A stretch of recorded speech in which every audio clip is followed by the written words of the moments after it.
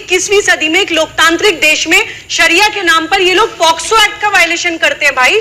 छोटी छोटी मुसलमान बच्चियों के साथ रेप कर रहे हैं आप इस्लाम के नाम पर। छोड़ करके ये छोड़ के जाना क्या होता है? कोड है और यहाँ पे भैया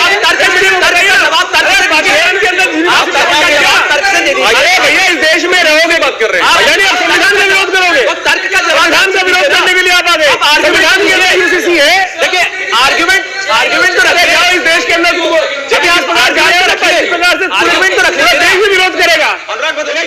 hello friends, welcome to my debate. So आज की डिबेट होने वाली सुवई खान और अनुराग भदौरिया के बीच। इस डिबेट में सुवई खान के डर से एक प्रवक्ता ने डिबेट छोड़ दी। यह डिबेट बहुत ही मजेदार होने वाली है, अंत तक जरूर देखें। अगर चैनल पर पहली बार आए तो लाइक करें, सब्सक्राइब करें तथा कमेंट करना ना भूलें। बीजेपी इस प्रस्ताव को लेकर आने वाली है, ये आपने सबसे पहले इस चीज को अपने मैनिफेस्टो के अंदर रखा और मैनिफेस्टो के बाद अब आप इसे लागू कर रहे हैं और इसको लेकर बहुत सारे सवाल खड़े हो रहे हैं। लेकिन सवाल क्या खड़े हो रहे हैं? आपने तो कोई सवाल नहीं पूछा। मुझे लगता है कि जो सवाल है उन सवालों के लिए ही लॉ कमीशन ने कहा है कि अगर आप कोई सजेशन देना चाहते हैं, आप इस बारे में कुछ लिखना चाहते हैं तो जाइए सजेशन दीजिए, लिखिए। अगर आपको लगता है एक ड्राफ्ट में आपके द्वारा लिखी गई कुछ चीजें होनी चाहिए तो आप वहां पर जाकर लिख सकते हैं, बता सकते हैं, अपनी राय रख सकते हैं। लेकिन मुझे तो ये समझ में नहीं आता कि जिस तरीके से मैंने तमाम रिपोर्ट्स में कल से देख रहा हूं, विरोध इस स्तर पर हो रहा है कि जैसे कि पूरा ड्राफ्ट ही सबको पता है। कोई कह रहा है मुस्लिम विरोधी है, कोई कहता है खतरा है, कोई कहता है संविधान इधर हो गया, कोई कहता है कि ऐसे कैसे देश चलेगा। तो अगर उनके कोई सवाल आपके पास है तो आप पूछ लीजिए। ड्राफ्ट ऐसा नहीं है कि हम सिर्फ बहस कर रहे हैं, हम डिटेल देके बोरा बहस कर रहे हैं। ये कानून कहता है जो उत्तराखंड में लागू होने जा रहा है कि संपत्ति में बराबरी होगी, उत्तराधिकार में बराबरी होगी।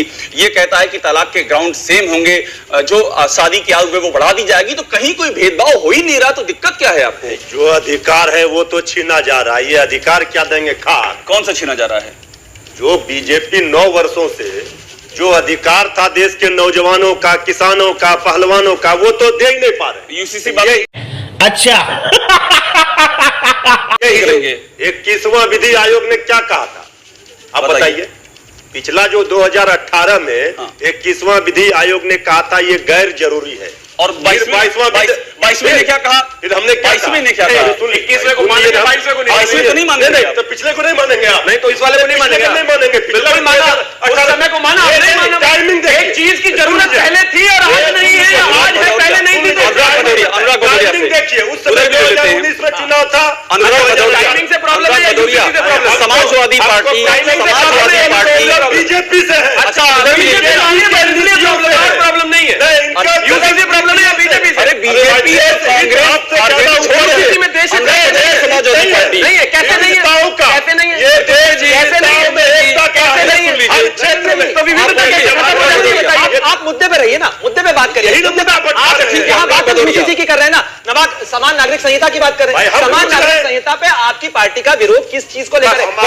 रोजगार का मुद्दा अलग है, सरकार में अलग अलग विभाग होते हैं, अलग अलग विभाग अपने अपने कानून और प्रावधान के अनुसार काम कर रहे हैं ना। अनुराग भदौरिया को बोलने दीजिए। अनुराग भदौरिया, मुझे एक बात बताइए और सीधा सा मेरा सवाल ये है कि समाजवादी पार्टी यूपी को मैं अच्छी तरह से देखता हूं कि अखिलेश यादव को क्लियर कहते हैं कि भाई हक जो है वो मिलना चाहिए लोगों को। ये उन्होंने कई अपने भाषण में कहा है। तो अगर बराबरी का हक दिया जा रहा है इस यूसीसी से, तो आपको कोई दिक्कत है क्या? पार्टी का सेट पूछ रहा हूं मैं, आपका दिक्कत नहीं है। दिक्कत सभी पूरे देश को इस बात की है कि सुबह 10 बजे से किस बात पे चर्चा शुरू हुई है, जब चुनाव आने वाला है और भारतीय जनता पार्टी की नीयत जो है वो राजनीतिक है। इसमें कौन सी नीयत? ये जो यूसीसी लाने की जो बात कर रहे हैं सिर्फ राजनीतिक है। अच्छा। अगर इनको करना होता, 9 साल से इनकी सरकार है। हाँ। इन्होंने कितने सारे फैसले बिना विपक्ष की सहमति से किए हैं। हाँ। कितने सारे किए। नोटबंदी बिना किसी के पूछे कर दी थी। तो अगर 9 सालों में कर देते तो आप सहमत होते? 9 सालों में कर देते तो आप सहमत होते? आपको दिक्कत है? आपको करना ही नहीं था ना। अबे फिर वही बात करते, अरे कर देते तो इन्होंने 2 करोड़, इन्होंने बोला था 2 करोड़ लोगों को रोजगार देंगे, दे दिया क्या? हमारे साथ सुबही खान भी जुड़ गई हैं। सुबही, मैं आपका रिएक्शन चाहूंगा। आपने सुना ना मौलाना साहब को क्या कह रहे हैं वो? ये बदनाम करने की साजिश कैसे है? अगर ये समान नागरिक संहिता है या वाकई में इसके पीछे कोई सियासी एजेंडा है? देखिए, मुझे तो सबसे पहले तो ये लगता है कि मुस्लिम समाज को अपनी जो धार्मिक लीडरशिप है उसको रिकंसिडर करने की जरूरत है। किस तरह के मौलानाओं को, किस तरह के स्कॉलर्स को हमने कमान दे दी है अपने मजहब की कि वो कुरीतियों को और अपराध को भी इस्लाम का नाम दे देते हैं। मैं बार बार एज अ मुस्लिम भी एग्जाम्पल देती हूँ कि हमारे प्रॉफिट सल्लल्लाहु अलैहि वसल्लम महिला सम्मान की बात करते थे। वो फेमिनिस्ट मानती हूँ मैं उनको। और आज मुस्लिम समाज में छोटी छोटी बच्चियों के साथ आप क्या कर रहे हैं? हैदराबाद के ही है ना मौलाना साहब जिन्होंने बोला है राष्ट्र जागरण अभियान में हम लोग प्रवास करते हुए पहुंचे हैदराबाद। वहां हमें पता चला कि अरब से 70-70, 80-80 साल के बूढ़े शेख आकर 12-12 साल की मुसलमान बच्चियों के साथ निकाह करते हैं शरिया के नाम पर, और कहते हैं कि जब एज ऑफ प्यूबर्टी हो जाती है, यानी कि किसी बच्ची को जब मासिक धर्म होने स्टार्ट हो जाए तो निकाह करने लायक हो जाती है। आप मुझे बताइए 21वीं सदी में एक लोकतांत्रिक देश में शरिया के नाम पर ये लोग पॉक्सो एक्ट का वायलेशन करते हैं भाई। छोटी छोटी मुसलमान बच्चियों के साथ रेप कर रहे हैं आप इस्लाम के नाम पर, और आप ये ठेकेदारी करते हैं कि मुसलमान बदनाम हो रहा है। कोई सरकार, कोई संगठन, कोई व्यक्ति मुसलमान को बदनाम नहीं कर रहा है। मुसलमान को बदनाम ये इस्लाम के ढोंगी आशिक कर रहे हैं जो अपनी मुसलमान बच्चियों को प्रोटेक्ट नहीं कर सकते हैं। अगर हम सही मामले में पैगंबर मोहम्मद सल्लल्लाहु अलैहि वसल्लम की उम्मत हैं तो सबसे पहले हमें उन मासूम बच्चियों को बचाना चाहिए जिनका शोषण हो रहा है हमारे मजहब के नाम पर।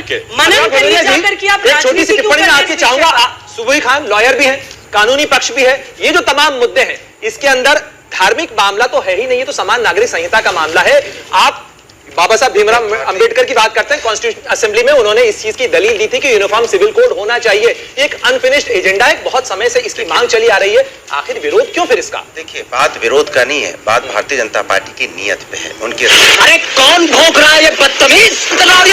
निकलो बाहर निकालो। कि राजनीतिक जब चुनाव 2024 में आने वाला है, इसके पहले अटल बिहारी वाजपेयी जी सरकार में थे, 9 साल से इनकी सरकार है, 9 साल से 2018 में एक बार लेके भी आए, फिर उन्होंने मुद्दा को फिर अपने हिसाब से सेट किया। देर से आने को आप दुरुस्त आना नहीं मानते? नहीं, मेरी बात सुनिए। भारतीय जनता पार्टी को जनता से और देश से कोई लगाव नहीं है, सत्ता से लगाव है।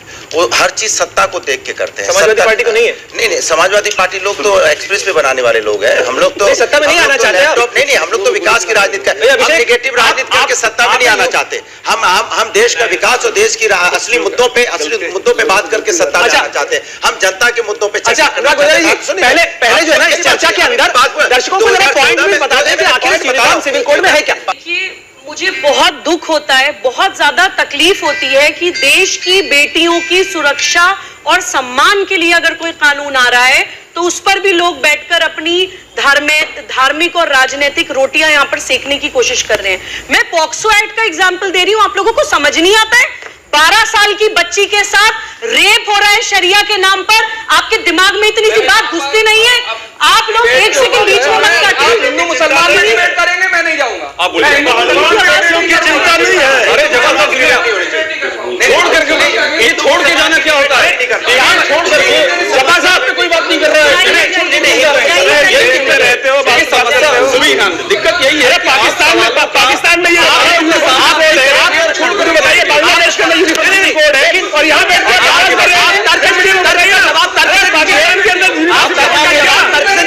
भैया इस देश में रहोगे, बात कर रहे हैं यानी आप संविधान का विरोध करोगे। संविधान का विरोध करने के लिए आप आ गए। संविधान के लिए यूसीसी है। देखिए आर्गुमेंट तो रखे जाओ इस देश के अंदर, जब इस प्रकार आर्गुमेंट तो रखे, देश भी विरोध करेगा। अनुराग भदौरिया आइए, अपनी बात रखिए आप। अनुराग भदौरिया, तुझे तुम्हारी बारी बारी सबकी बात रखिए। आइए आप आइए, मेरी बात। अगर वीडियो पसंद आई है तो अपने भाई के चैनल को लाइक करें, सब्सक्राइब करें तथा कमेंट करना ना भूलें और इसी तरह सपोर्ट बनाए रखें। जय हिंद, जय भारत।